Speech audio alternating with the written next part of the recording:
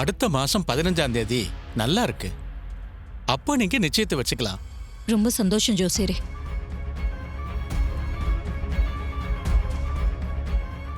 மாமா மாமா என்ன மாமா இது? அத்தனை நாள் குறிக்கிற அளவுக்கு போயிட்டாங்களே மாமா. அவங்க செய்ததெல்லாம் பார்த்தா எனக்கு ரொம்ப பயமா இருக்கு மாமா. ஏதாவது பண்ணுங்க மாமா, ப்ளீஸ் மாமா. அவ ஏதாவது பண்ணிட்டு போறா, விடுங்க. எதா இருந்தாலும் நிச்சயமா அந்த கல்யாணம் நடக்காது. சின்ன மாப்பிள்ளை நடக்க விட மாட்டாரு.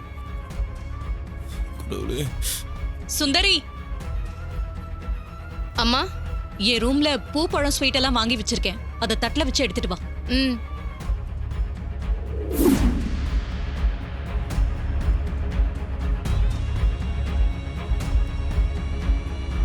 மாமா இங்க நடக்கிறதெல்லாம் பார்த்தா எனக்கு எரிச்சலா இருக்கு மாமா. அத்தை பண்றதுல எனக்கு சுத்தமா பிடிக்கல மாமா. என்னைக்கு இவ நமக்கு பிடிச்ச மாதிரி நடந்திருக்கா இன்னைக்கு நடந்துக்கிறதுக்கு? கவலைப்படாதீங்க மாப்பிள்ள. சின்ன மாப்பிள்ள நிச்சயம் இதுக்கு சரியான பதிலடி கொடுப்பாரு.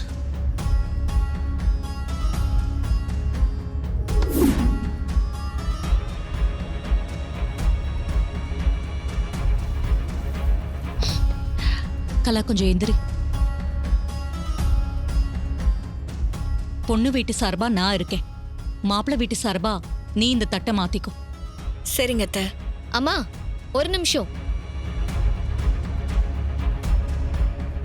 என்னம்மா? கார்த்திக்கு தான் தாத்தா பாட்டி எல்லாரும் இருக்காங்களே, அவங்கள விட்டுட்டு இவங்கள தட்டை வாங்கிக்க சொல்றீங்க?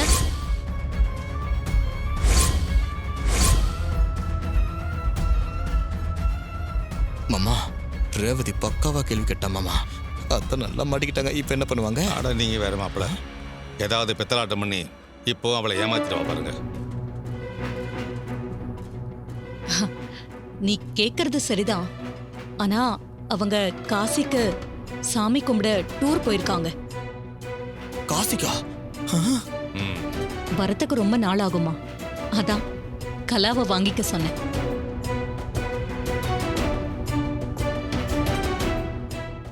அப்ப சரி. கலா, தட்டை மாத்திக்கலாமா? மாத்திக்கலாம் அத்தை. ம்.